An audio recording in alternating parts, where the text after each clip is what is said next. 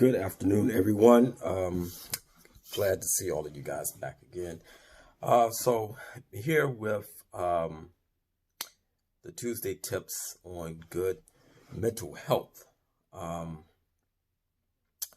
Good mental health, uh, to me, leads to good physical health. Kind of just jump right into what we got going on today. Um, when you look at what we are faced with in this life today, um, it's a little bit different than what people were faced with 30 years ago, 40 years ago. It's a different day, it's a different time, it's a different era. Um, we experience a lot of things differently um, than what they had to experience back in the day. So when you take a look at it, um, let's take the African American community, Black community. As you know, I'm a professor of African American theology. Theology encompasses so much: history, sociology, religion. Um, Black people now have it better than what they had 50, 60, 70 years ago. However, racism still exists. It just exists on a different level. Um, and on that different level, while it is not so blatant uh, in our faces today as it once was back in the Jim Crow era, it still exists. Yes, Black people have evolved. Respect has been given to us in ways that it was not back then.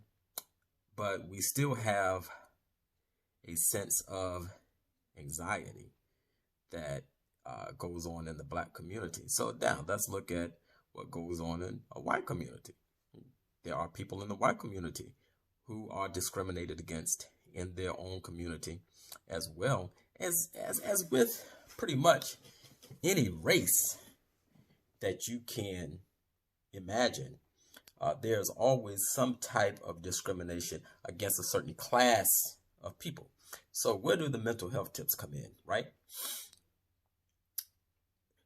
When we are experiencing trauma, adversity, stress, we have to be able to bounce back from those things. And clinically, that's called being resilient, bouncing back, being able to overcome.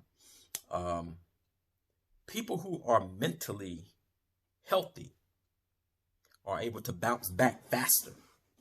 So that's why it is very important to do self-care, whether it's meditation, contemplation, yoga, tai chi, affirmations, certain prayers, going to church, getting spiritually involved with something, or if you're not on that level, do what is best for you, for your mental health.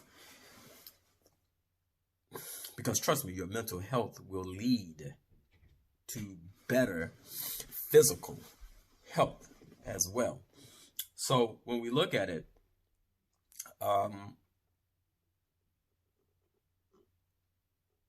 how to boost some of your mental health aspects, okay? There are 6, 7 ways that I can think of off the top of my head, which I'm doing this now. You're looking at having a social connection, going out with friends, staying active, doing something that makes you happy, staying active, exercising, or in my wife's case, is eating, because she's a food connoisseur. She loves different types of foods. Yeah. You have managing stress, knowing how to manage your stress, knowing how, looking to see what triggers your stress. And that's one of the main concepts, points right there that I like to make. Know what triggers your stress. If you know what triggers your stress, then you're able to control and manage your stress on a different level, whereas the stress is not overcoming you. Stress is a killer. It is a killer. It will kill you. Managing your stress. Eating right. A brain healthy diet. Foods that are good for the brain, that provide the correct nutrition to your brain. Quality of sleep. Get some sleep. I'm an advocate. If your body is shutting down and is telling you to go to sleep, stop forcing yourself to stay awake. Go to sleep. That's your body saying, hey, look, I need time to recuperate. Get you some sleep.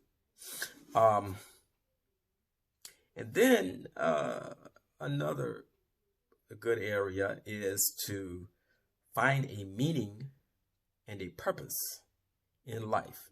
Now, some people equate that to a career. Some people equate that to community service. Some people equate that to providing some type of spiritual service. Whatever it may be, find your meaning. Find your meaning. Find your purpose. Okay? Once you find that, carry it out. Do it. Don't let nothing hold you back. This is my purpose. This is my meaning. Communicating to you guys on a mental health basis and a spiritual basis as well. This is my meaning. This is my purpose. So I'm walking in it. I had probably the worst job that anyone could possibly have, but it's a necessary job. Before I quit cold turkey and went into private practice, I was a cemetery plot salesperson. Now, the company that we were working for at the time tried to dress up the title, and they would call it a family counselor.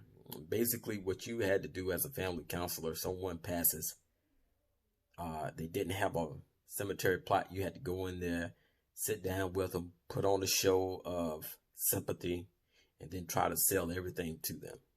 Worst job I ever had. And then if you were not with a family, they wanted you to go pull files and to see what family had what, do these cold calls to get them to buy something. Okay, now, there are some people out there who can do that and make good money at it. Wasn't my thing, okay? So I quit cold turkey, so to speak, and I started my own private practice, and it's been rewarding. It has been, and it is something that motivates me every day to do what I do.